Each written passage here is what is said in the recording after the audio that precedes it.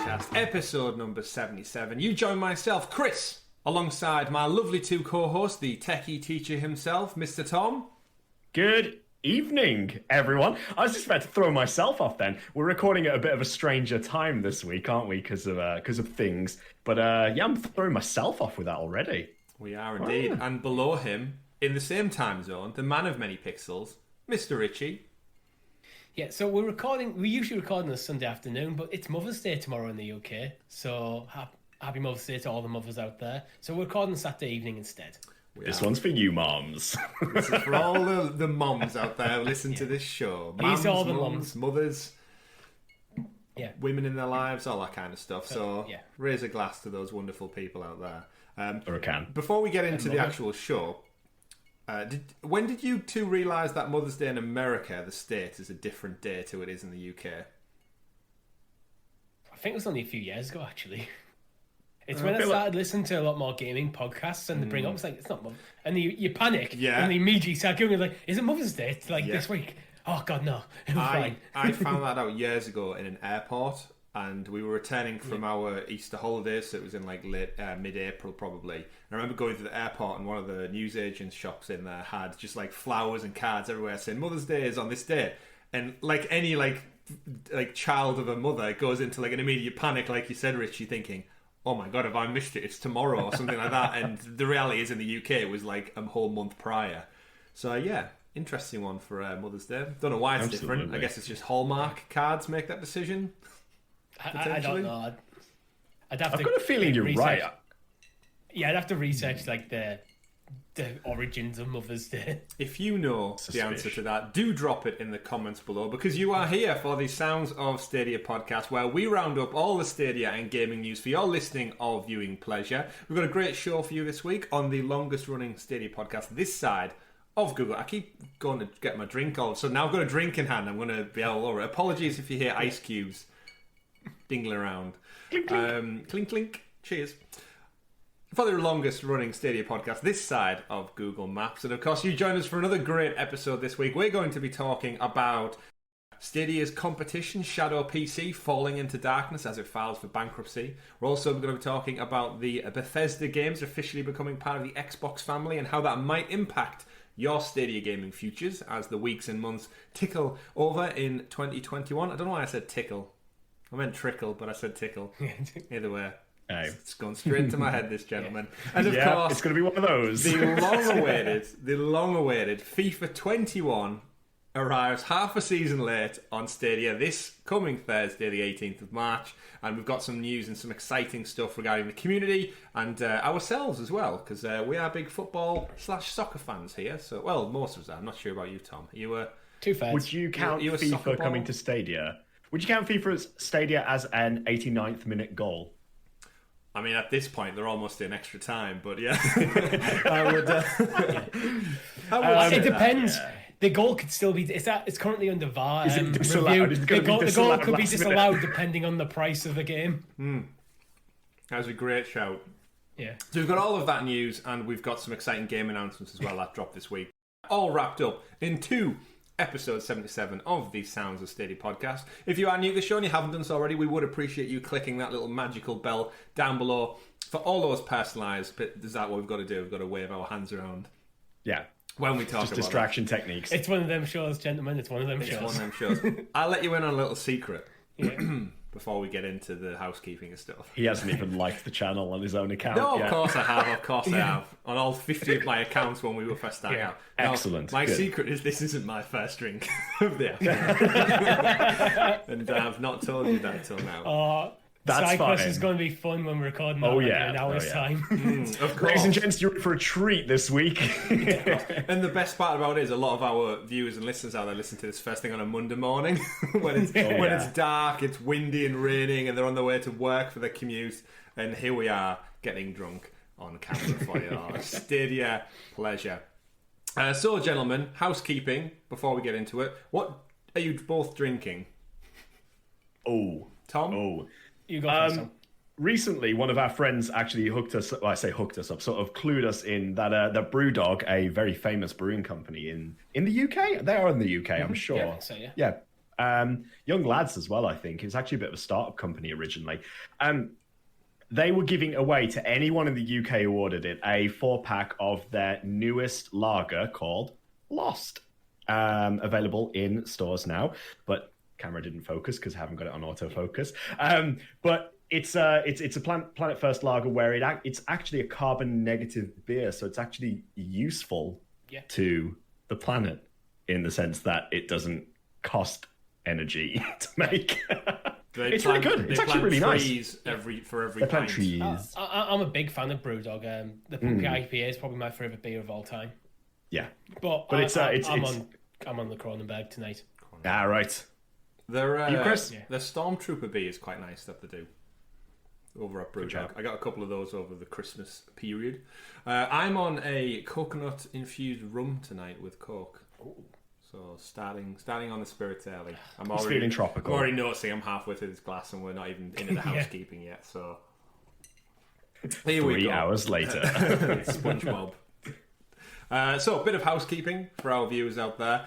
Quite a lot happening here at Sounds of Stadia this week and last week and next week. We had this past Thursday, the Division 2 was booted back up again by myself and Richie, and we jumped in with you lovely people in our community to tackle Washington DC and take down some of the evil bastards who live in that city who've been trying to take order once the virus ruined the population. And Richie, we had a great time. We are talking about a game here. We are talking about the game, yes. We're talking about the game. The real life imitates art, that kind of shtick. But yes, we jumped back in it. We had a fantastic time, and a massive shout out to the people who jumped in on Thursday and played with us. Obviously, 8 PM UK time every week. We do play a variety of games. We try and mix it up every other week. And yeah, we played with some amazing people. We created some great squads, and we cleaned out some of those cesspools of villainy that were hanging around in Washington DC. And again, we said on Twitter, but great shout out to everyone who rotated the roster. You were very, very honourable gamers out there who basically played your game. You bounced out of the team to let other people jump in and have a go, and it was great to see. And there was nothing required from me and Richie to do that. It was just all on your own accord. Yeah. So well done, great gamers out there. And yeah, it was fantastic. I really enjoyed jumping back into it. Obviously, totally forgot everything I'd left the last time I played it. I think me, you, and Tom, we all played right back when it launched on Stadia, I think. Yeah. And it's always hard going back to a game that you've not touched for a while because you have no recollection of what your state file was left in, what weapons you had, what gear you had. You just kind of got to figure that stuff out. But yeah, it was loads of fun. And I wish I kind of jump in to get that Raccoon City DLC now when that dropped. Yeah, I kind of. That window may come back around because they did say they're going to reuse content. Remember, we covered that last week on episode 76. But speaking of covering news, before we do get into all that, we'll be covering the new... Well, actually, it's part of the news story, so we'll bring it up in a bit. But we've got some content for you this coming Thursday before our games live stream, covering a certain event, which is our big story of the week. So we'll cover that in just a moment. And after we do cover said story of the week, we're going to kick off with some FIFA action too. So we mentioned FIFA is coming to Stadia this Thursday. I certainly will be playing it. Anyone who, depending on the price, you've got 2 hours of a free demo to check out. So that will usually cover the length of our live stream if you're not inclined to purchase. But yeah, we're going to be hosting a little bit of a cheeky cup knockout competition. I don't know what they call it over in the States. We call it knockouts in the UK when you play with your friends in the park and basically winner stays on.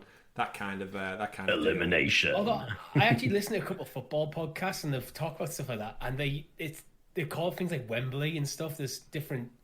Yeah, we used to call it Wembley at school. But it's a game where it's like you have one guy in goal and everyone's versus everyone, and then the last person to score gets kicked out, and then you go to the next round. It's battle royale of football. Yeah, it's the Royal Rumble of football. You've got to go over the posts. Throw them over the flag, over the post. That'll do it. So I'm really excited to that one. I'm a bit rusty when it comes to FIFA, so I'm really intrigued to see how I can shake off the cobwebs and see what I'm like. I usually manage to play for like a scraping a 1-0 win. I'm quite defensive. Not so much offensive, but we'll see. And I'm looking forward to playing with all the wonderful people out there. I still owe Chase a game. The Orlando City to my NYCFC rivalry the fire needs to be lit under that. We need to play a game. So that challenge is still out there. So keep your eyes on the channel for all that. And Richie, podcasting aside, side questing. What did we talk about last week? What's been doing the rounds this past weekend over on SideQuest? On SideQuest, we were talking about we did a comparison between Stadia and Switch in terms of the offerings in terms of the portable gaming space, which I thought was a very interesting question, and because they're actually very different, which makes it very interesting to compare the two and contrast. And so it's certainly are. So we spoke for probably about half an hour or longer about everything from affordability, portability, the games, the nostalgia, the potential, hardware, offerings. And even things like battery life and a deep dive, if you will. A deep dive indeed. And we've got another great question for this week's show as well. No matter what state we might be in come recording time. But we will get there. But we have to get through this podcast first, because that's why you're here listening to this show this week. Episode 77, like I said. So let's get things rolling, Tom, with the super sexy special Stadia story segment, aka the news. And as I said at the top of the show, we've got a great bunch of news stories for you all this week, you lovely listeners out there. We'll kick things off with our announcement for Thursday. I guess it all ties in with big announcement from Square Enix. No surprise with the way the digital world is, but we should point out actually that the news is brought to you by one of our Patreon sponsors before we run through the first story. And this week, the Orlando City FC fan himself, Mr. Chase, over on the Gaming Advocate channel on YouTube. If you've not checked out his content, it's a big advocate, as you'd imagine, by consumerism, looking after you people out there and talking the right talk and shouting from the rooftops about all things that make purchasing and everything around tech fair for everyone out there, which I think it appeals to everyone. I don't think there's anyone out there who is more on the corporate side. But yeah, great channel, great friend, and he's been one of our patrons for the longest of time. So big shout to Chase, sponsoring the news this week. This one's for you. Thank you. Cheers. Cheers. So, big news story this week. Square Enix are coming out with a digital event that drops very, very soon. So soon that we have to scramble and pull together a live show for you lovely viewers out there. This Thursday, 5 p.m. GMT time, we are going to bring you our live reactions as well. 10 a.m. Pacific time, and thankfully, what's really good with this is they did a blog post about it. It's going to be called Square Enix Presents. But what I quite like, Richie, we spoke about it pre-show, the funny tone and way in the way it's written. So they said things like, "Oh, we're excited to announce the debut of our brand new digital event called Pause for Dramatic Effect, Square Enix Presents." And then they go on to say, what is Square Enix Presents? Square Enix Presents is a new digital series. We know you were expecting presents. No, it's not that. So a little bit of a Christmas birthday joke in there. And the best thing for me, what I quite like, is they've clearly laid the ground rules for what it's going to cover, essentially. Yeah. And what's good for us as Stadia fans is at least half of the content pertains to Stadia. So that's fantastic to actually go into one of these digital events knowing that a lot of the content, and hopefully fingers crossed more of the content, is going to link to us.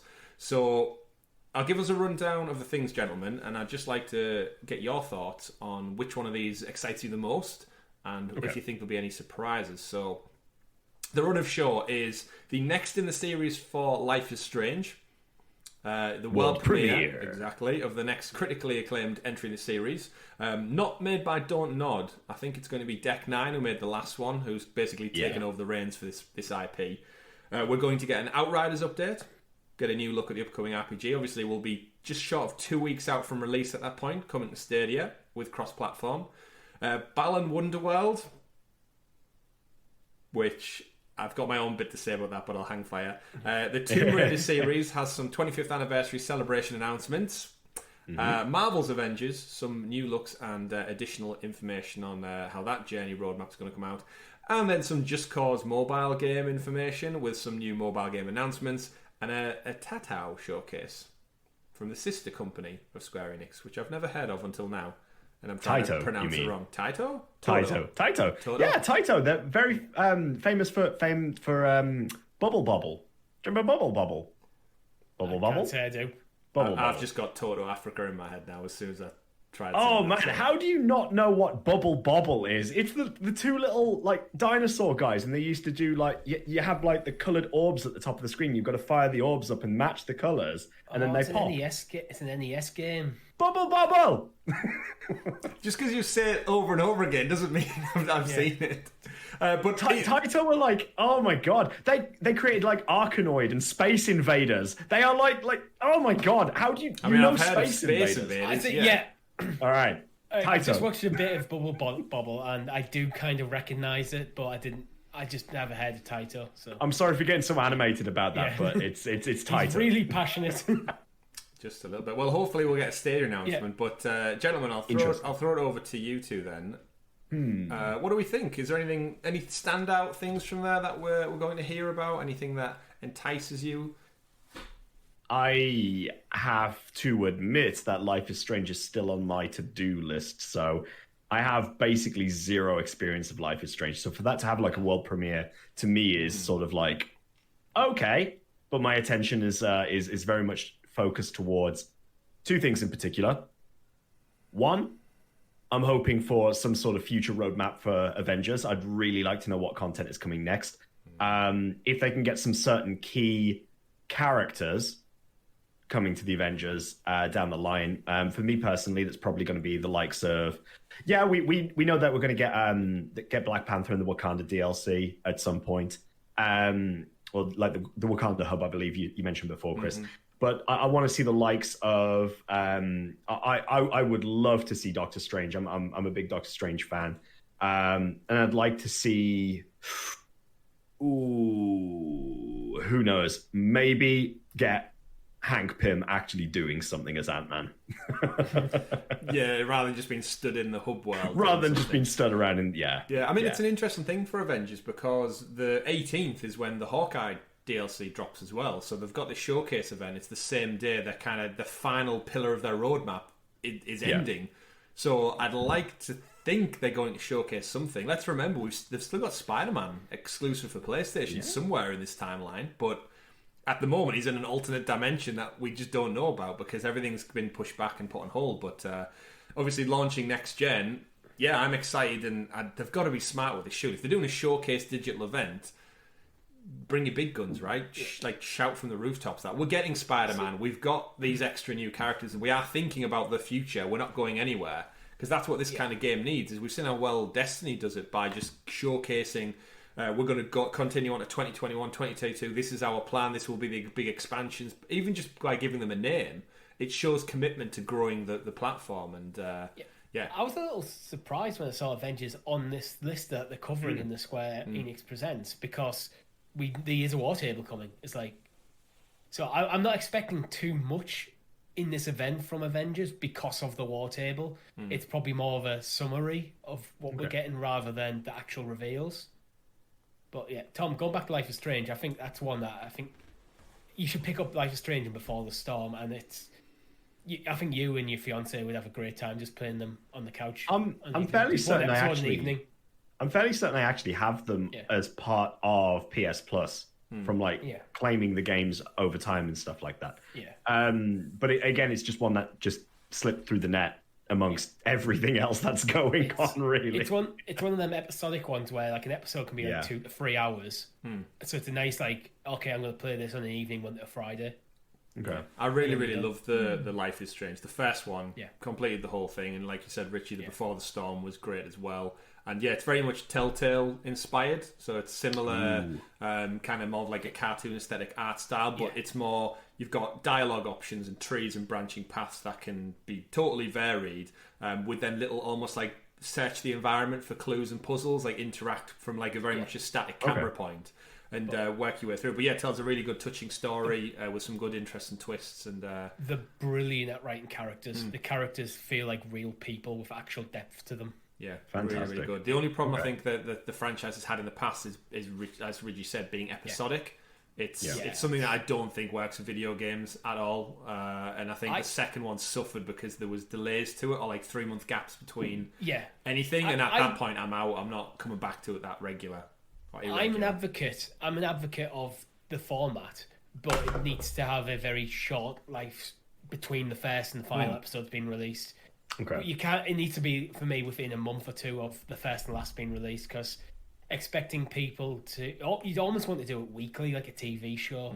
Yeah. But when this game's stretched out over a year or more, with Life is Strange 2, I kind of fizzled out during episode 3 because it's been about 3 months since I've played it. Then jumped in, it's like, I don't know what's going on. I'm kind of lost where my character is. I can't remember how I'm playing this character either. We just said that about The Division.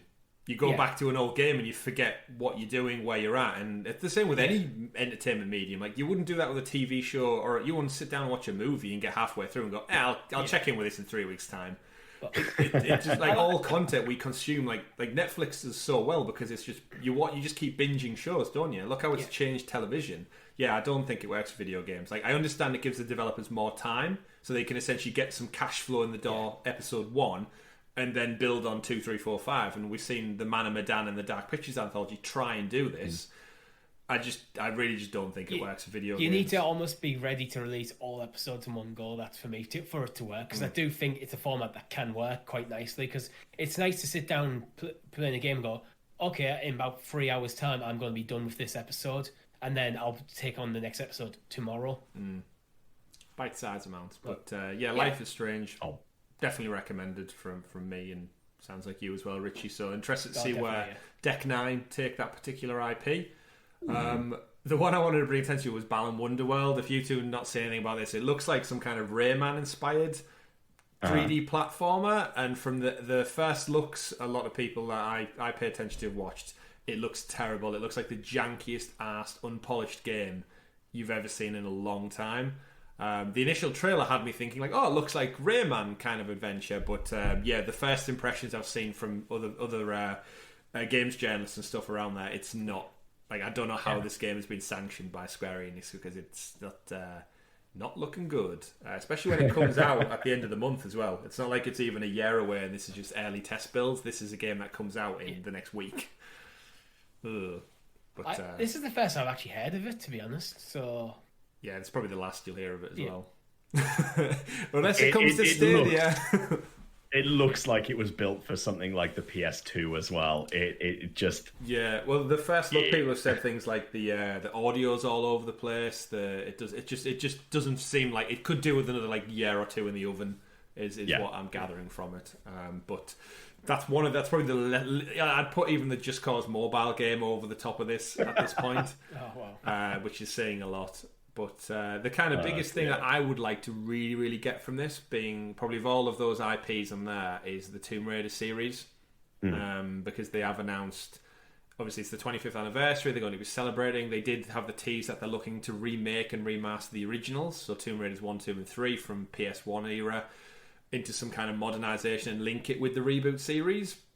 More information on that would be great. If we get another game in the title, whether it's a Temple of Osiris-esque inspired title, or it's another third-person open-world action adventure with a really good narrative, that's right in my wheelhouse. So any tease on that, I'd be over the moon with, because we'd imagine it'll come to Stadia, right?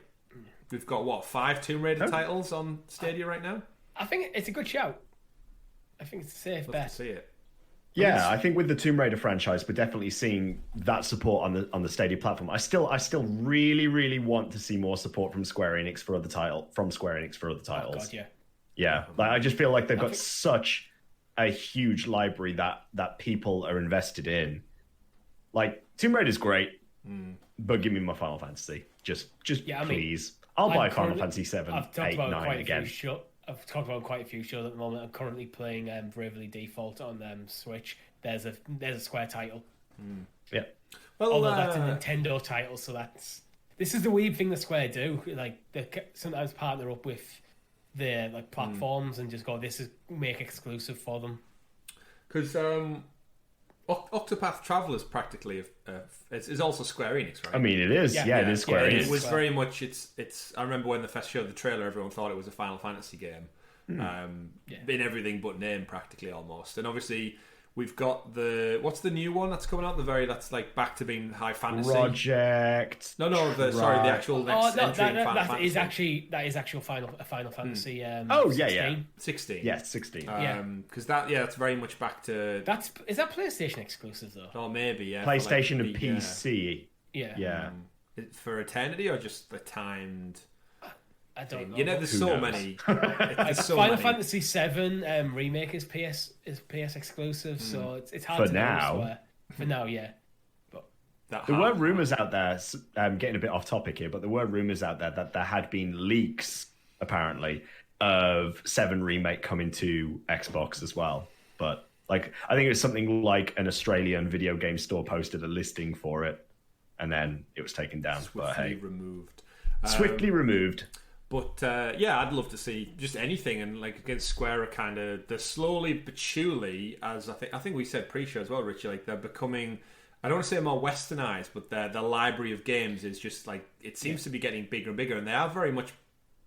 I don't want to say they're anywhere near like EA or Ubisoft yet, but they are slowly growing, and they've got studios around the world. And I think if you absolutely say Square up there with EA and Ubisoft. See, I think that's the exclusive deals they do that kind of breaks that a little bit, because like a big chunk of their business is like PlayStation solely, whereas the rest of them are just Ubisoft, EA just play ball with everyone and everything. It's just that if you look at the amount of highly critical acclaimed games that Square bring out, though, then some of them are platform exclusive, but I think they definitely produce as many, if not more, than Ubisoft and EA. Well, we'll certainly find out all about that come this Thursday. So remember, 5 p.m. UK time and 10 a.m. Pacific, 6 p.m. for you in Europe. Basically, check out the YouTube channel and we'll have that covered. We'll join you for a lovely watch along, so do stop by and we'll unravel the Square Enix presence together. I guess that's the best way we can approach it. So that's got me interested for later in the week. So not only do I get FIFA on Thursday, I also get a bunch of new exciting titles, hopefully, that are going to come to the platform. So very excited, very much looking forward to that, and it kind of makes me expect in the next coming months, gentlemen, a couple of new digital events. I'm expecting a Ubisoft Forward soon, and a Stadia Connect soon, and more exciting things in the pipeline. What other publishers have got shit in the works? I'm trying to think. Yeah, I imagine lots of them at this stage. We said Ubisoft. EA Play. Yeah, because we are. They're probably working on things, but I don't know if they'll do a showcase. Who knows? Maybe with BlizzCon recently. Maybe Stadia will. It's been. I'd like to know how long it's been since we had a Connect. Was it? I can't actually remember now. It's that long ago. Yeah. It's all better. Let us know. It depends whether you count the good stuff event as a Connect, because I would put it in the same category. We'll see. We'll see. However, we do have some exciting Stadia news that was dropped this week on the Stadia blogs. We got announcements of some new games coming to the platform. 2 games that hadn't been rated, so I think it caught everybody off guard. But we have, first up, we've got Blue Fire, which I'll be able to show on the screen as soon as I get rid of that clip. Blue Fire up on the screen now, and Blue Fire is coming from Robbie Studios, the developer, published by Graffiti Games. Embark on an extraordinary journey through the desolate kingdom of Penumbra and discover its hidden secrets and long-forgotten land. Explore mystical temples where you need to master the art of movement to survive the increasingly difficult 3D platforming challenges. During your adventure, you'll slash your way through daunting adversaries, encounter survivors, and take on strange quests to collect valuable items. This game, for me, it gives me vibes of a lot of things mix-matched together. Before we go any further, we need to try and describe this game without using the words Legend of Zelda. Right. It's very heavily inspired by Immortals Fenyx Rising, which was... It's Wind Waker. I'm watching it as Wind Waker. Is it Wind Waker? Right. Yeah, only he's got 2 swords instead of sword and shield. Right. I'll hand it over to you guys to give us your takes on this one then. I'm watching the trailer right now. I get vibes of a mix of loads of things. Yes, okay, we cannot deny the fact that it is once again very much a Legend of Zelda clone.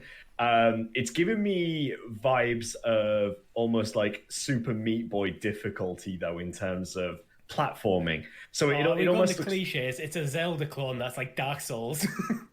I mean, it can't be avoided. We've said it week after week before that.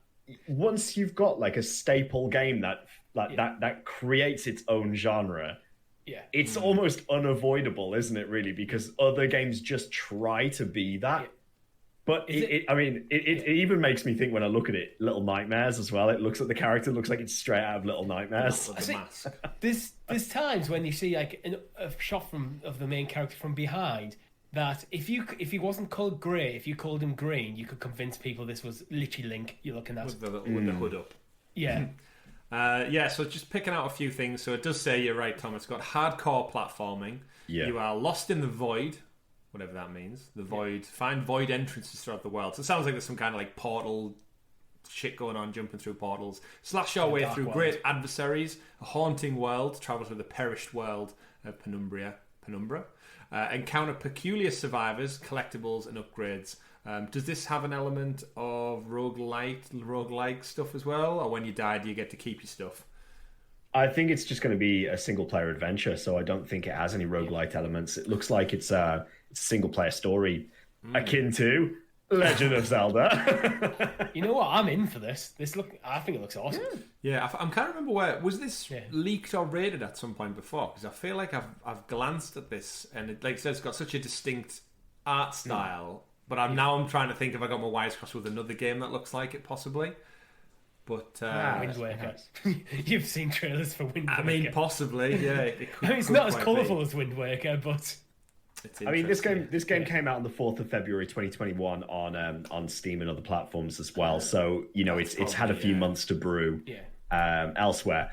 The one thing I sort of feel when I see a game like this is when it's trying so hard to be its own entity within a I won't say an oversaturated market, but it's very much trying to take ideas from different things. I worry for indie studios in particular that they're going to try to put too much into a game, and it ends up falling short in a lot of categories. And the way it falls short typically is usually in either the length of the game or with the actual depth of the character. It's like the character development themselves, and it always feels like the world is sort of lackluster in a way. But it seems to be getting, decent reviews once again. 9 out of 10 on Steam, 8 out of 10 by IGN. Metacritic is currently sitting at 72%. So maybe it's going to be all right. Price-wise as well, $20. So the interesting thing looking at the Metacritic is the reviewers have scored it as a 72 and the user scores a 7.2. So both reviewers and users seem to be pretty much in agreement on this game. That's not normal. That's a rarity, that's why I found it interesting. Unless it's a You've got a Zelda couple game. of people rating it as like zeros, which no game's a zero. Let's be fair. I don't know if you've seen that Bannon's Wonderworld that's coming out. I'm joking, I haven't played it. But that's one of the exciting titles. Classic Stadia style, coming soon. No actual date on it, which I wish they'd really just sort out, but that's a whole other side quest unto itself. We got another game announcement as part of the blog post as well. We got Trine 4, the Nightmare They're still Prince. making those. The Trine games are apparently the Trine games from Modus Games as well. Trine 4 is one of those IPs that, again, how they've made it to number 4, yet if I think in my mind, I can't picture the previous entries in the series at all. Were they behind an Xbox exclusive or something that I've just not got around to? Or definitely got some of them on Steam. I've got 1 and 2 on Steam. I know I've definitely played 1 and 2. I'm pretty sure I played. By any chance? I'm pretty sure I played 1 on the Xbox 360. I want to say, but so to get released in October 2019, right? So I'm getting Monster Boy vibes from it, but in a 2.5D 3D scope kind of looking thing. So to give everyone a bit of concept for it, the Trine series returns to the magic of 2.5D with Trine 4, the Nightmare Prince. The 3 heroes of the best-selling adventure series are back. Sent on a quest to retrieve the troubled young Prince Celius, Amadeus the Wizard, Pontius the Knight, and Zoya the Thief maybe, are joined together once again on a thrilling quest through fantastical fairy tale landscapes teeming with danger. 2.5D landscapes, local and online multiplayer, play with up to 4 players online or local co-op, gentlemen. So that could be a Thursday play along. It'd be nice to go through some Monster Boy pain with other people and not just on my own. Dynamic puzzle solving, abundant skill trees, completely revamped combat system, and an enchanting soundtrack to boot. So I'm feeling pro game for this. My experience with Trine, I do actually remember it quite well, and it was, for what it's worth, quite a lovable game. Like it's quite light-hearted. It's quite visually just nice to look at. It's very aesthetically pleasing. For a single player playing the game, I believe you can switch between the characters, so you sort of use your bumpers to switch between which one you're actually playing as. Yeah. And it's very much sort of like a platformer puzzle game in a way. So, the wizard can conjure up objects like cubes and spheres and stuff that you can stack to get through a level. The rogue or the thief has a sort of crossbow grappling hook, and the knight has a shield and a sword to attack enemies and deflect things. But it's I assume it's mostly the same for the fourth one, but it's good to see that the game is obviously still continuing, the same characters and so on as well. But yeah, it's nice. I think it's nice that we're getting on Stadia. Nice, and nice. Yeah, maybe we'll check that one out. Available coming soon once again. Right there. So I'm trying to think of a segue to the next game, but that's the best I can. Something else that's coming soon. I think, something else that's coming soon. Big game, little game, depending on how we look at the news surrounding this title. Terraria has been confirmed over on their latest blog as coming this Thursday, which I'm sorry to say, but I'll be playing FIFA. It's coming out this Thursday on Stadia. So after all of the hoo-ha, we've reported it. We reported it coming. We reported it not coming. Then we reported it coming again. Well, guess what, ladies and gentlemen? It is here this week, this Thursday. It's official. It's official. For now, it's official. For now, something could happen between. Something could happen between now and Thursday. The guy drops his keys on the floor and decides to remove the game. He starts watching The Hobbit and gets pissed off again. something links it back. Yeah, we'll never find out. We'll never know. But it's been resolved. The game's coming. Let us know in the comments below if you will be buying this or not. I think we've discussed it on previous podcasts. But Tom, you're still going to buy it. SideQuest on it. Yeah, it's a yes for me. Yes for Tom. Richie? No for me. And it's also a no from me. But more so, I don't know if I was probably going to buy it in the first place, but now I'm definitely not. So my no is largely because I already have it on Steam. Mine's because I'm a bit of stubborn bastard like him. I have it on Steam. I've played an hour of it and haven't touched it in years. There's no real reason for me to drop more money on it. If I want to play it, I can. I mean, I played it on the Vita doing the SideQuest thing, so if I want to, I'll go play it on the PlayStation Vita. The long forgotten portable system. When we're comparing a Switch and Stadia, it's not dead. It's not dead. It's certainly not dead. So that's one of the other games coming. Whether you're excited for that or not, look out for that one this Thursday. In and amongst all the Square Enix action and all the FIFA hoo-ha. Final game of the week that was announced as part of the blog is Supercross, or Monster Energy Supercross. Don't forget their official sponsor. Supercross 4, the official video game, also dropped this week. It had its rollout. Thursday, 11th of March, it arrived on Stadia, and it dropped for $59.99. So full price game marked up here alongside some sales. And a reminder to claim your pro games. I think without even throwing it over to you, gentlemen, we know this probably isn't in any of our wheelhouses, but it's great to see another sequel, because we had Monster Cross 3 came out this time last year, correct? Yeah, it's great to see the continued support. That's it. It's so games developers aren't putting one game then running away from the platform. They continue to put the games out there. That's nice to see. 100%. And we know there is a lot of massive petrol heads in the Stadia community as well, who play everything from Grid to Formula 1 to probably the Monster Cross to the... I actually played the Monster Jam Steel Titans that we got for Pro this week. I checked out Avicii, I checked out that, and I did some more Pac-Man as well. But I do remember having a motocross game for PC when I was a child. I used the joystick to play it. That's how long ago it was.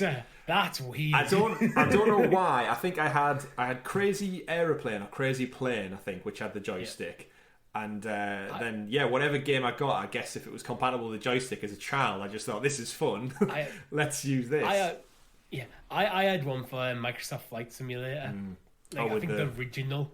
with the actual like throttle. No, it didn't have like a. I didn't have a throttle, but it was just a joystick with a few buttons. But joystick with a few buttons. So another game coming this week. Go check it out. Or coming out, sorry, last week, just past. Go check it out. Lots of exciting content. If you are a petrol head or not, there's loads of stuff. A bit for everyone.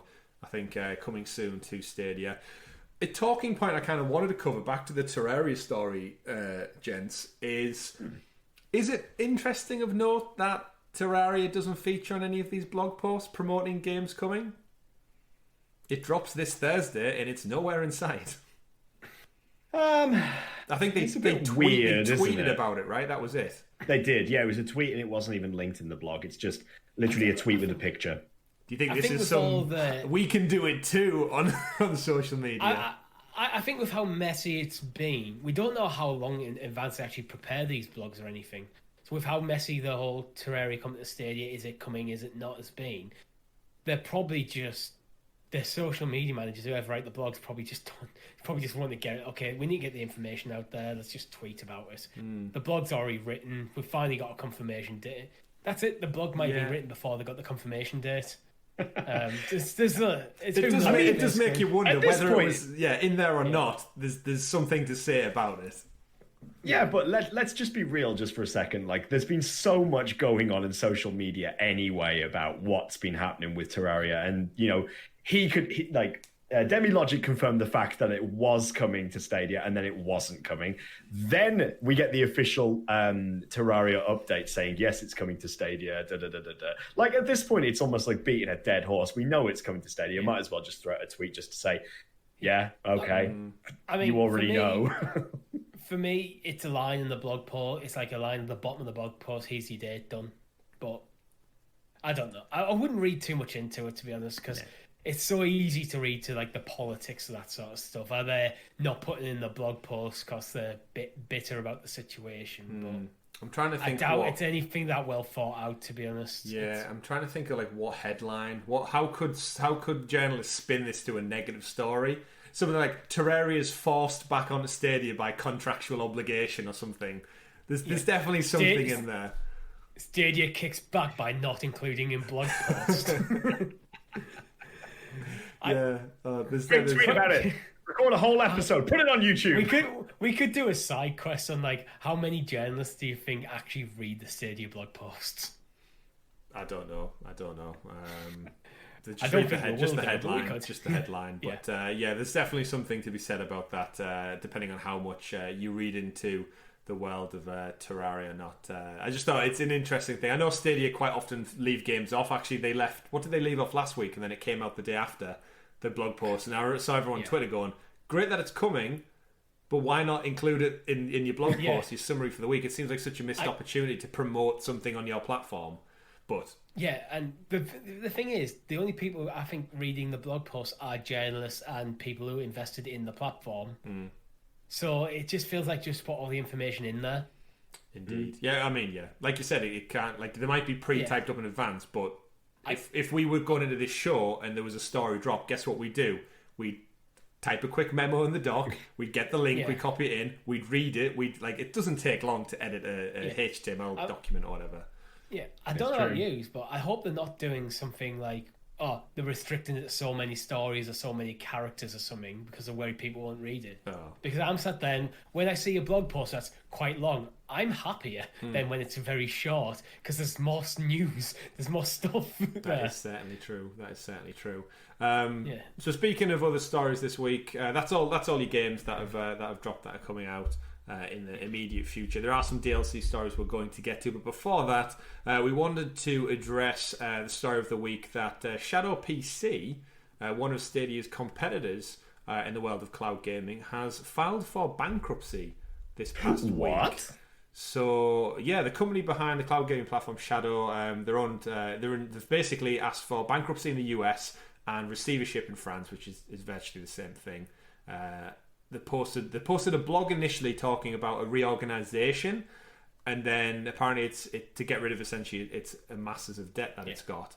And they're owned by a French company named Blade, and they've essentially said things like COVID, the pandemic, and such. They've been a victim of their own success. So essentially, all of the people playing it, they don't have the infrastructure to cope by the sounds of it, with the capacity and the demand on their platform, which in turn is having a detrimental effect on the service. And it's kind of all gone tits up for them, unfortunately. And there's other factors. There's other factors that have come into play because they're compared to like a Google Stadia or an Amazon Luna or Xbox, they're a relatively small company. And we do know there is a massive global silicon shortage in terms of high quality silicon for GPUs. That seems to be hammered them because the price. Anyone in the PC landscape right now knows the problems with scalping of GPUs. It's actually even affected over consoles because they're struggling to get the chips to make the consoles. And unfortunately, Shadow are one of the smaller players in the gaming industry. But so they're struggling to get their hands on the GPUs they need. So they've took out loans to buy this stuff to improve their capacity, but then can't physically improve the capacity. And it just seems that, unfortunately, with things like COVID and the GPU shortage, it's kind of a sad story, to be honest, because it doesn't seem like they've mismanaged their finances. It feels like external circumstances have just screwed them. It's like they've been extorted in a way, isn't it? They've just been backed into a corner. By the world. By everybody going, take my money! So if you're a scalper buying GPUs and sticking them on eBay for like double the price, fuck you.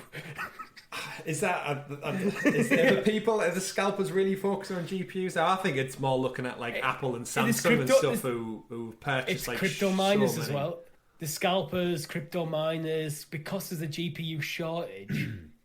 Crypto miners buying GPUs to sit in a dusty server cabinet just making Bitcoin or Ethereum or whatever is meaning that them GPUs which are designed for gamers aren't getting in the hands of gamers.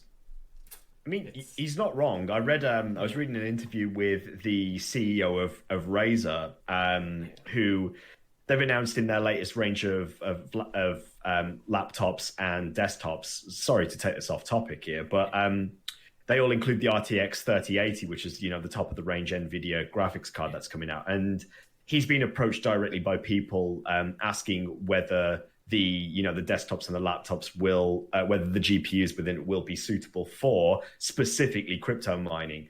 And as a result of that communication, he's turned around and basically said, we are now only going to sell these to gamers because it is a product designed for gamers. So we're exclusively going to basically vet anyone who's going to be buying them to make sure, because you are right, it is a problem. Just reading through the article quickly, it's worth noting as well that Blade actually have the use of servers by a French-based manufacturer, 2CRSI. I've just got 2CRSI. Maybe, I don't know. Which they're actually using about 30 million euros worth of hardware for cloud servers at the moment. But that's the lease that they have in place right now. They're utilizing the servers until the lease is up, basically. So they're looking for a buyer in the meantime to basically take them out of bankruptcy, give them the funding that they need to get back on track, and hopefully pay off the debts that they owe to this server manufacturer at the moment. That being said, you're absolutely right. Once again, there's an issue there that Blade and Shadow is one of the smaller competitors within the cloud ecosystem compared to the likes of Xbox. You've got to imagine just like their asset counts when they go to acquire all like this new tech from these providers. Are you going to strike a deal with? I mean, just look at the world right now, trying to scramble over a certain vaccination. That like it's again, every country has its own different rules and roadmaps and how much money they can lump behind certain things. And the reality is the smaller fish always tend to suffer, unfortunately. And it's a problem caused by their own success, I guess. For those who aren't aware of what Shadow is, what we've mentioned as well, it's a bit different from all the other platforms out there. It doesn't focus necessarily just on games. It essentially gives you an entire PC in the cloud. Yeah, it's a virtual PC. So you can do things like Photoshop and any other program, Microsoft Word, that you want to run. You can essentially do it from this virtual PC. So if you have games on Steam, Epic, GOG, Origin, it doesn't matter because you're running them through that platform. I think big part of the unexpected growth for them is probably being with loads of people and lots of industries working from home. A lot of them are looking at the virtualization technology to be able to, like, let's say if you're a graphic designer, you need a decent PC.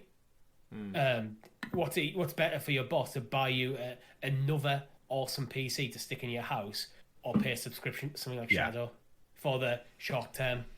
Yeah.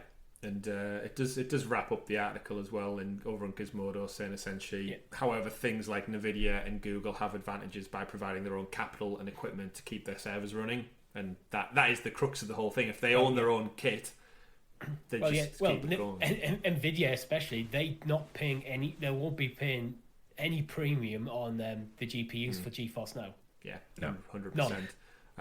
They do like to have a little dig at Stadia though in here still. They have to do that, don't they? It does say somewhere here, like one of the bottom paragraphs, it says, but on the gaming side of things, Shadow doesn't suffer from one of the major pitfalls cloud gaming. And it says, to play a game on Stadia, you have to purchase it from the store or pay $10 a month for Pro and hope it's free. Like, I hate that. I so hate that, because it's like, oh my god, you have to buy a game you want to play. Shock horror. I know. I've only bought every game I've ever owned on PlayStation. Never mind the fact that it already says, like, previously to that, literally within that same paragraph, it says, Shadow, you can play the games that you buy on Steam, GOG, Origin, etc. Guess what? You're still fucking buying them. Yeah. But it never ends. To the holy grail of the Netflix for Games service is maybe like Amazon Luna's channel system or Ubisoft Plus.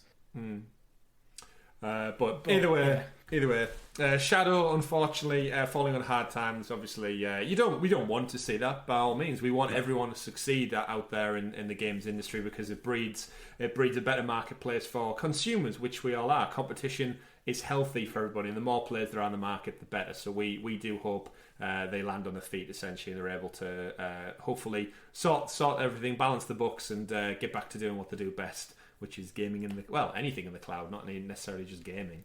But so that's one of the other stories of the week, and followed up with another massive story, which we've discussed briefly on previous podcast episodes.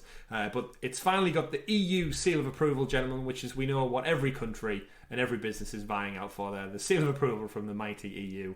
But Bethesda finalised as part of the Microsoft family. So that means all of these big titles like Fallout, Wolfenstein, Doom, they're all going to be coming out in the future, maybe exclusive to Xbox. And I've seen lots of the podcasts that I listen to on a weekly basis talking about PlayStation exclusives and Game Pass, and they've been interviewing Phil Spencer and everybody else over there, trying to extrapolate any solid news he can give us about where the hell these games are going to end up. And kind of what I wanted to spend a bit of time doing is just discussing what we think this means for Stadia, because Phil Spencer's came out this week and essentially clarified that you'll see it wherever Game Pass is the kind of like the bottom line of all of this. And people have obviously ran with that, saying that doesn't mean it's coming to PlayStation. Now, I can actually see a world where a PlayStation 5 or 4 actually has Game Pass as an option on it in the future. It might not be soon, but I could definitely see it being a potential, the way Microsoft are folding towards a platform of Xbox as opposed... an ecosystem rather than just a solid box. And the problem I think Stadia has is Microsoft already has quite a successful cloud offering that's only going to get better over time. So, Richie, I'll throw it over to you first. What do we think this deal being finalised means for Bethesda titles on Stadia in the future?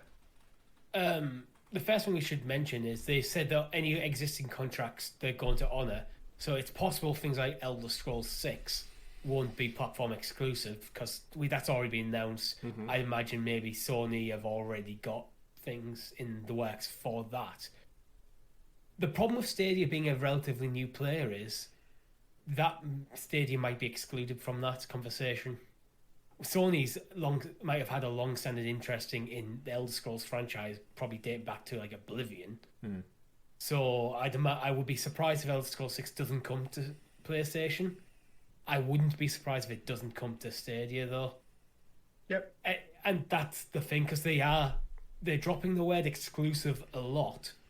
So apart from the current contracts that are in place, this is going to be Xbox exclusive. And when I say Xbox, I'm including Xbox's PC offerings in there as well. Yeah, they're part of the same ecosystem now. But the quote in itself was, with the addition of Bethesda's creative teams, gamers should know that Xbox console, PC, and Game Pass will be the best place to experience new Bethesda games, including some new titles in the future that will be exclusive to Xbox and PC players. Yeah.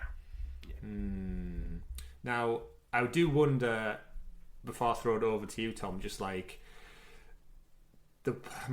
Stadia must think like this is obviously a big third-party player out there that put a lot of games out, some of which are already on Stadia. We've got Wolfenstein, we've got both Doom titles now, and some of the older Doom titles, and we've got Rage, Elder Scrolls Online, and now essentially has Stadia just had the rug pulled out from a third-party player who has been actively playing well with Stadia so far. Obviously, Doom was going to be one of their flagship launch games before that shit hit the fan.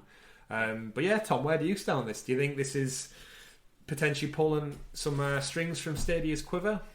Arrow? Bow? Thing? Yeah, I think this is a big blow for Stadia now that it's really official. I have to echo what Richie said before, which is, you know, I can see a world where we do not get anything on Stadia in terms of future games. So, you know, we've got the Elder Scrolls 6 you've already mentioned. We've got Starfield, the Indiana Jones games, which you talked about before. These are all games that are already done deals for, you know, platforms that they're not going to be exclusive to Xbox. That's already, you know, signed and sealed, ready for future release. But the issue I've got here is, like, if Stadia had its hands on something like, and I hate to use the cliches, like Skyrim, it may have been a little bit different. But in terms of what we've got at the moment, I don't see it being enough to coax Microsoft and to coax Bethesda into releasing future titles for the platform. I feel like there needed to be that sort of like established base there. And yes, we've got the Elder Scrolls Online, which, you know, it seems to be, once again, it's a very niche type of game. That there's a particular audience, and there's a particular audience on Stadia who probably play Elder Scrolls Online and probably play it exclusively. Same way that people play Destiny on Stadia as well.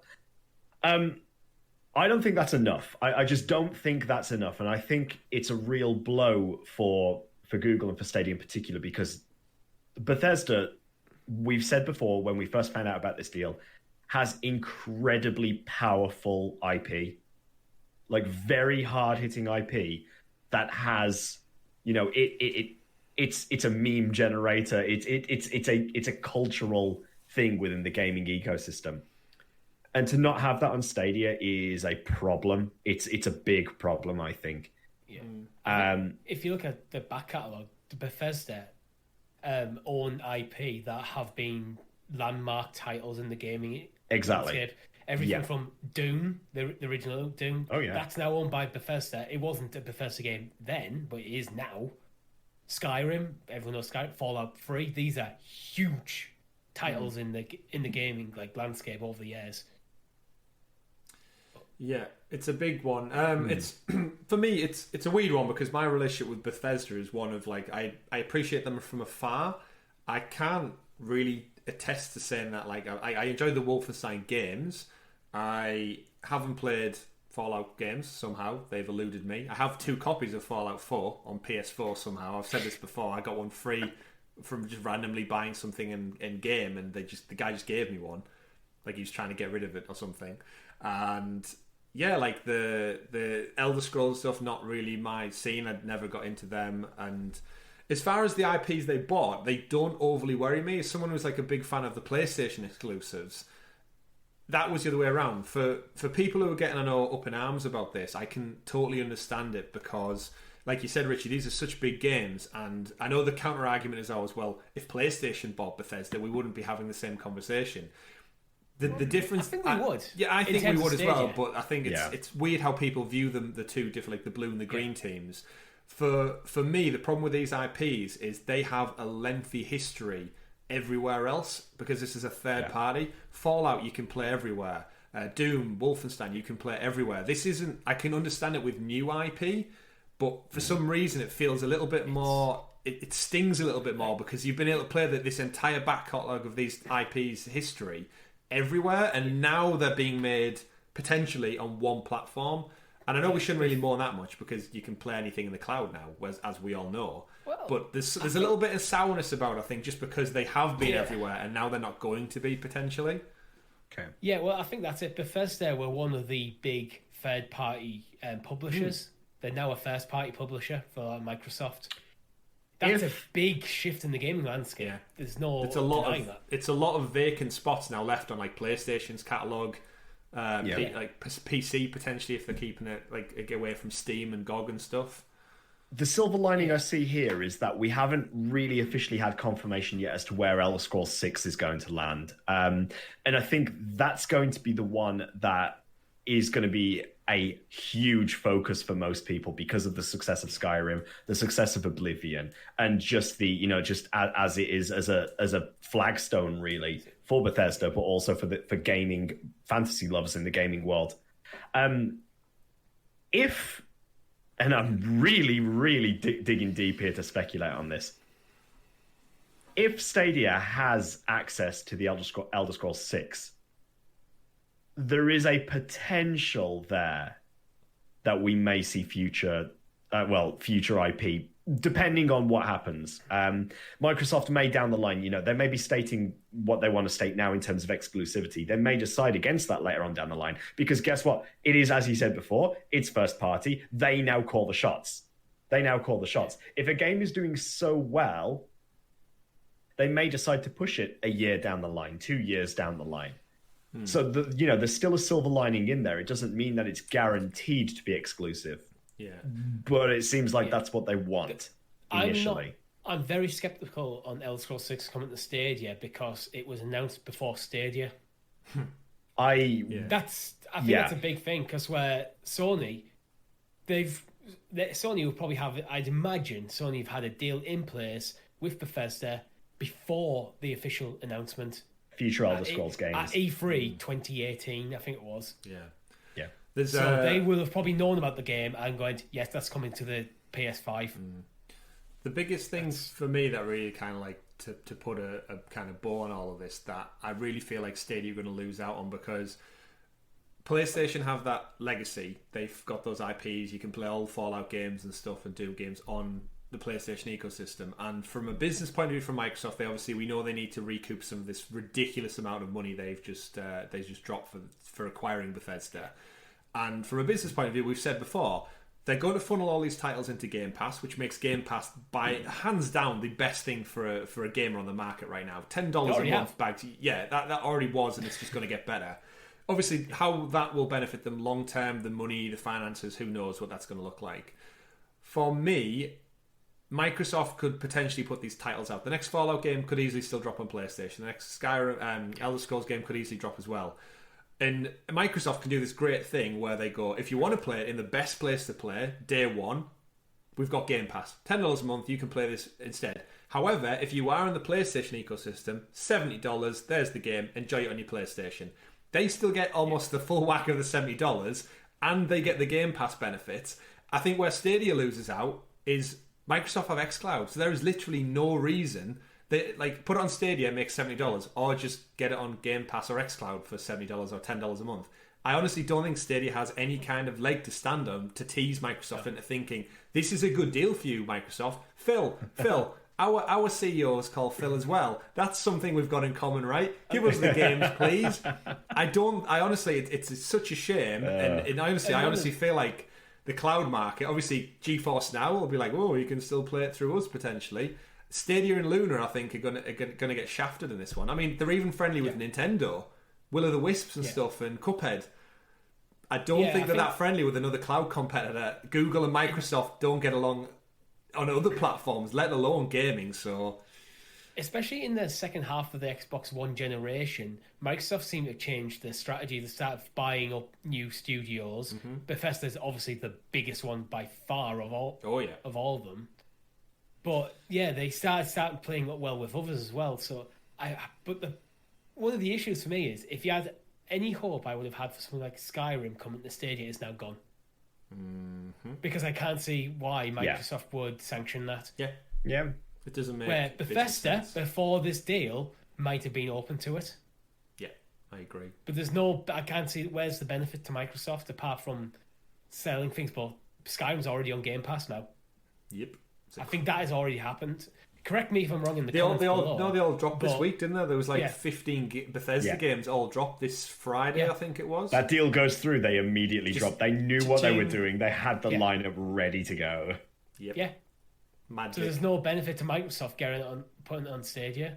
And this is the thing, it's no longer about is it beneficial to Bethesda, it's is it beneficial to Microsoft? Yeah. That's the change. And let's put all the cards on the table. $10 a month, £10 a month. Game Pass with xCloud included. Yeah. Stadia Pro. That's the balancing act that Stadia's uphill fight it now has to face. And if you were not into game, or you were into gaming, but you were looking to buy into this platform, Game Pass is doing wonders to get their hooks into people at such a low entry point, with the legacy, with the Team Green behind it, and they're clearly ready to splash the cash. Which, we need. It's a fight. Put up, get them gloves up. Let's do something. I'm waiting for Microsoft to bring back Design Labs so I can buy myself an Xbox Series X controller for things like xCloud. Well. Because that is becoming a increasingly better and better proposition for me. There we go then. Ooh, and the price of one controller, it's a similar idea to Stadia. For the price of a controller, I get this entire ecosystem. Yeah. Mm-hmm. Subscriptions all over the place. As a funny side note to that, did you guys see Roblox was put on the stock market, I think, this week, and it was valued at 5 times the amount of this Bethesda deal? That's insane. Who knew? I've never even played it. I don't even really know what it's like. Minecraft, Roblox right? stonks. Is it Get like your stonks Minecraft? in now, boys. You're a teacher, Tom. You're around young people a lot. Is it as big as? The kids, particularly the younger kids, they love it. It's like the new. It's weird. It's like the new insert a drugs reference. It's like the new ketamine. I mean, it might as well be ket to these kids, to be honest with you. It's the new Minecraft. It is the new Minecraft. It's the new Minecraft, the new Terraria, the new Fortnite. Did you hear Terraria is coming to Stadia this week? I mean, Terraria kids, just fuck it. So it's just crazy, isn't it? It's the world is crazy with like money right now, and I'd quite happily take like just a 0.1% of that value in my back pocket. But here we are. Oh god, yes. Like what? So that's worth like crazy billions. GameStop's shares go up and down all over the place.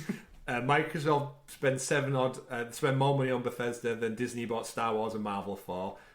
Yeah, Sony buy Insomniac for like 1/10 of the price, and the price of a pasty in a McDonald's goes up for us poor bastards. But here we are, reporting on the news. Let's get into the next story, gentlemen, as we wrap up this week's show. We've got a couple of DLC rollouts happening, actually some have happened, we should point out. Immortals Fenyx Rising, the Ubisoft title that dropped last year. I finished now, gentlemen. I finished that the game and the DLC. Not a massive fan of the DLC. It got a bit irritating.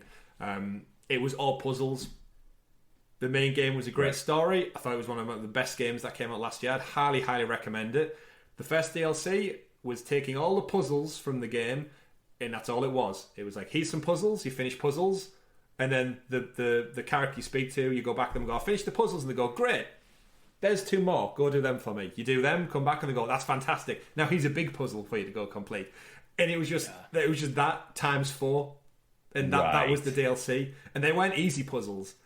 Some of them were quite difficult as well. I may have cheated and looked on YouTube. So it was more of challenge puzzles. Yeah, but challenge DLC. Yeah, like don't get me wrong, it was a full. The DLC took me like 10+ hours. I got my money's worth out of it. It took me ages, possibly down to the difficulty of some of the puzzles. However, I just wanted more story out of it. Like I enjoyed the game for its story. And but in a weird twist of events, the second DLC pack drops March 25th, so just over a week away. And this one has nothing to do with the main campaign. It's a new protagonist. It's in the Eastern Realm, so it's actually called Myths of the Eastern Realm.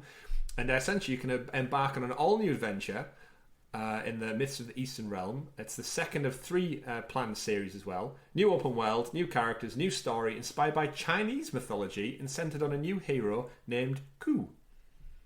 So, first DLC is puzzles. Second DLC is a totally different place and mythology. It's a different game. And I've heard rumours that the third DLC is going to be a top-down mini-game kind of scenario, which, if you've played the first DLC, there is actually a couple of puzzles you do where the camera perspective shifts to top-down. Yes. And again, it's quite interesting as a little mini-puzzle. But yeah, I've heard rumours the third DLC is going to be like the whole thing is from top-down. So they're mixing it up over at Ubisoft, and I kind of like it, but I also don't at the same time. I wonder if 1 and 3 were things that were potentially cut from the initial release.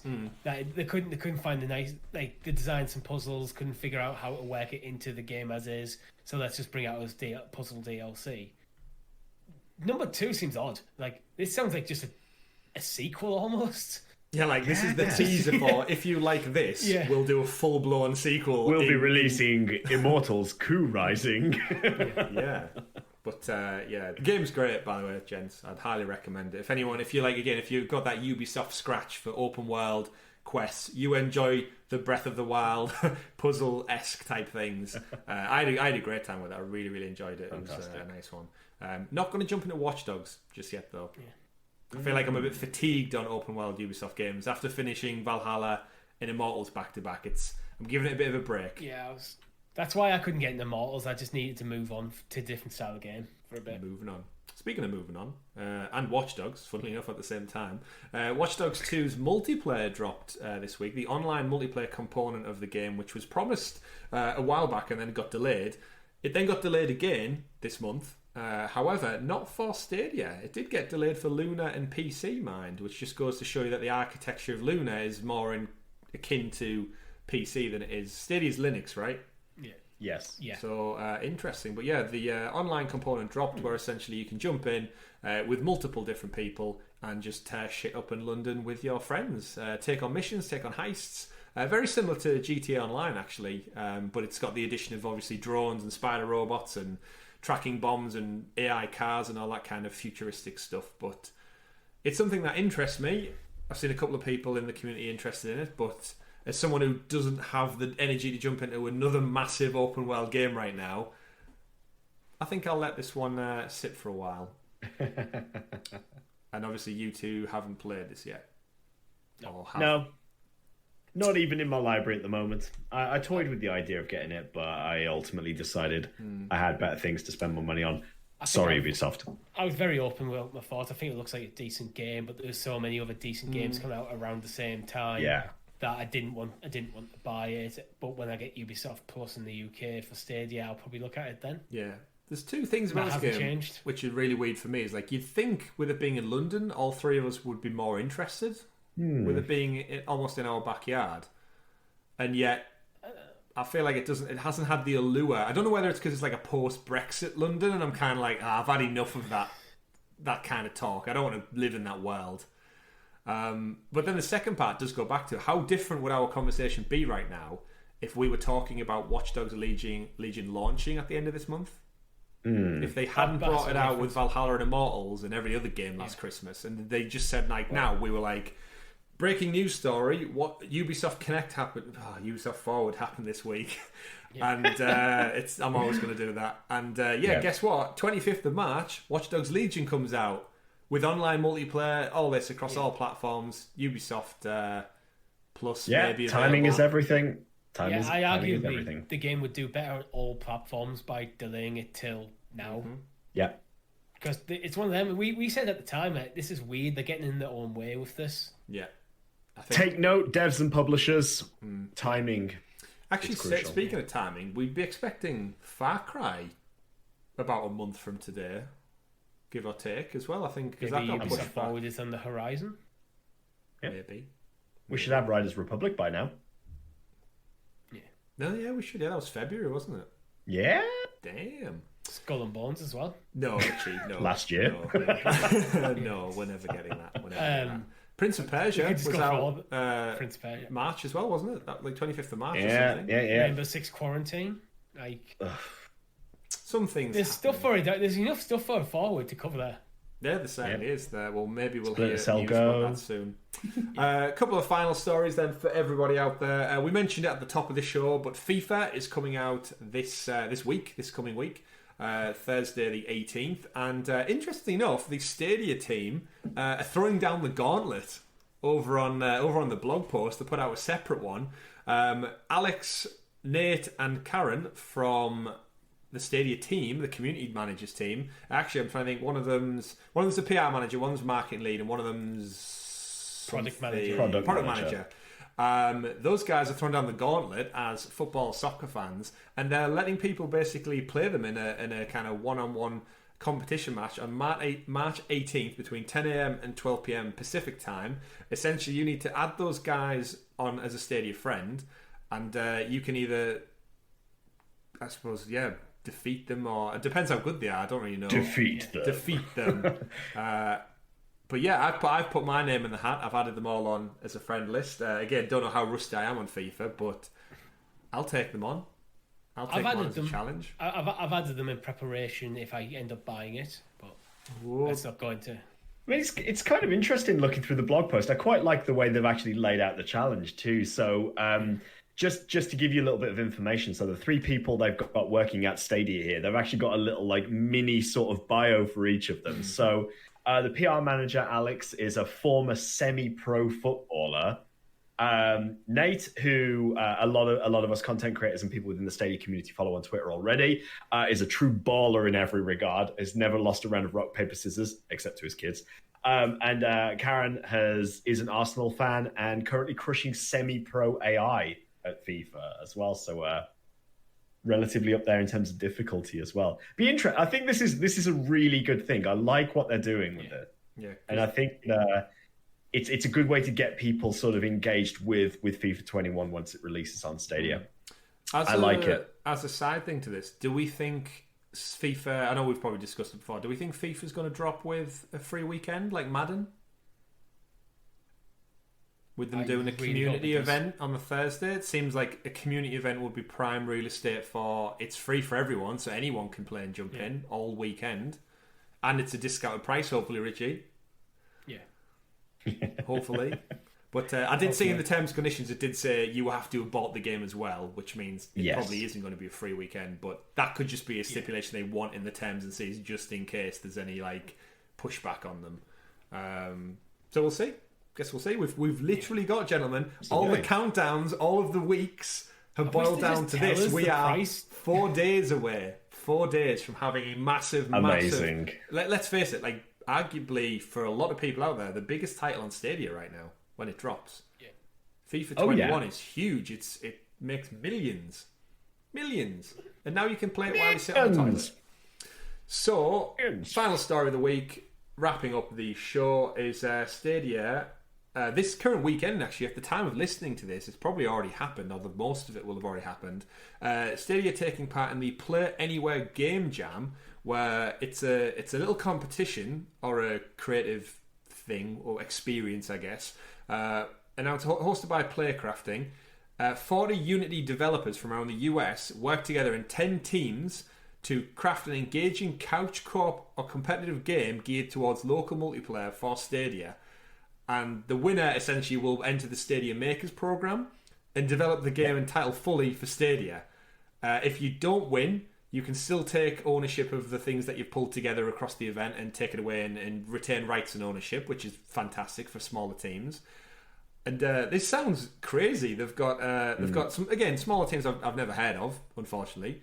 Petrichor, Team Geofront, Team Warner, Team Hillstock, Walking Oni Games, Angry Array, Gumboot, I like that one, Mismatch Games, and the Dayjammers, all from across the United States, various states as well, all graduates, different levels of expertise and experience, all coming together just to make a game over a couple of days, guys. And eventually the goal, I guess, is we'll be playing this in a year, 2 years' time as probably a pro game, albeit, but that's not the point.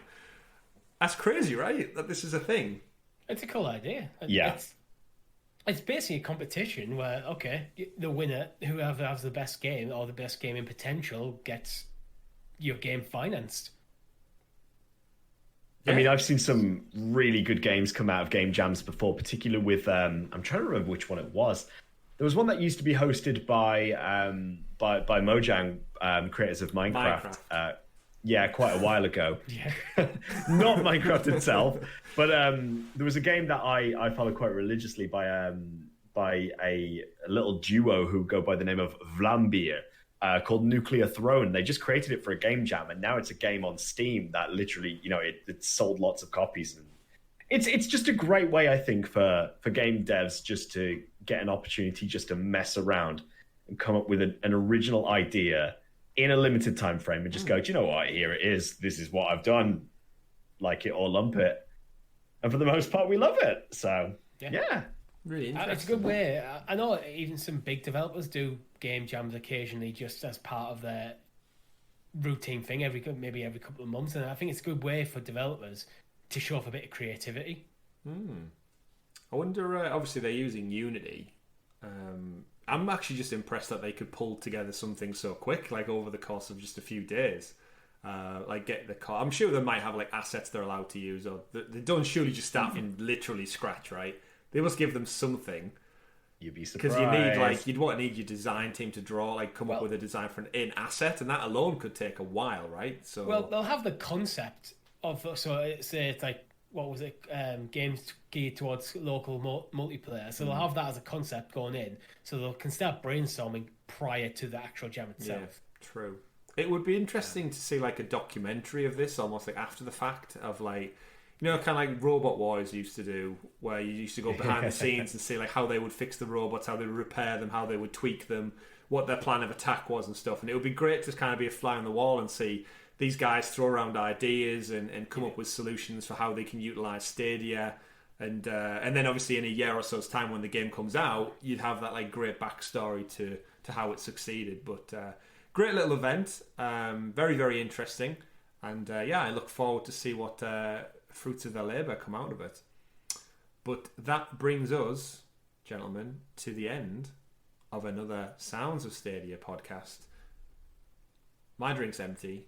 I don't know about yours. My drink's empty too. I mean, I'm halfway through my second at this point, so... everybody out there listening, probably on your second coffee of the day already. We hope you've enjoyed the show. It's been a really good one. Lots of plentiful stories in there. And, of course, we'll be back later in the week with our live reaction to the Square Enix Presents event. We'll also have a FIFA mini cup tournament following on from that. So if you are a FIFA soccer football fan, join us in the chat, 8 p.m. GMT time on Thursday, where we'll meet you on the field and hopefully win. We'll see. We'll see how good we all are. I'm sure there's going to be someone out there who's an absolute expert that just rips the shit out of us. Thrash. Absolutely. I'm going to park the bus, Jose Mourinho style, in the goal. But I'm looking forward to that one. I can't wait. Like I said, I finished Immortals, so I'm looking forward to playing some sports games. Like regardless of what, unless the price is ridiculous, I think I'm a shoo-in for buying FIFA. And after that, we've got SideQuest. Richie, what's on the agenda for this week's topical discussion? So we're talking about Sega and its relationship with Stadia. Its relationship with Stadia. Interesting. Because obviously, I guess with Bethesda not playing ball anymore, we've got to look elsewhere. But yeah, that's a great talking point. And remember, you can get the SideQuest show up to 5 days early over on patreon.com/Sounds of Stadia. Available in video and audio formats. Head over there and support the channel a little bit more from as little as $1 a month. If you enjoy any content that we make here, we'd massively appreciate that little bit of extra support. It really does go a long way to us bringing you better content in the future. And I think that's all, gentlemen. Anything else we've got to tell our lovely audience? Oh, memberships. We're still ironing out some of the creases of our YouTube memberships. There's a lot of black and white tape we need to go through and read and organise and stuff. But anyone out there who is a patron or they're looking to get on board with our membership program, we will have some exciting news in the pipeline imminently. There's just a lot of legality stuff you got to read through and make sure it's right. Same with right now, YouTube's hitting us with like tax queries, which we don't really know how it impacts us in the UK. So it's a whole thing. You get it. We know it. Everyone hates another tax. thing for Richie to deal with. But this has been Sounds of Stadia podcast, episode number 77. We hope you've had a great week. We've had a great time recording it this week. We'll see you out there in the cloud. Take care, everyone. See you soon. Goodbye. Bye.